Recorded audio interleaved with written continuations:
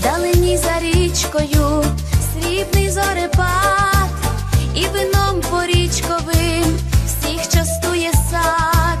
Літньою долиною дуне поспіша, вишнею й калиною тішена душа.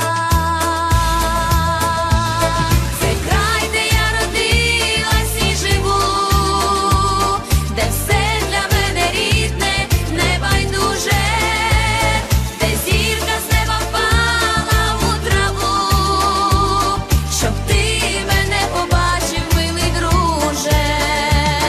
Це край моєї втіхи і сльози,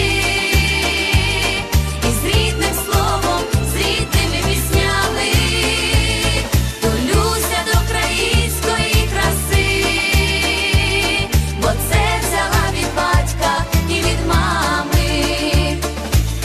Пахнуть луки травами, пахнуть до знемог, грішне разом з праведним в силуетах двох.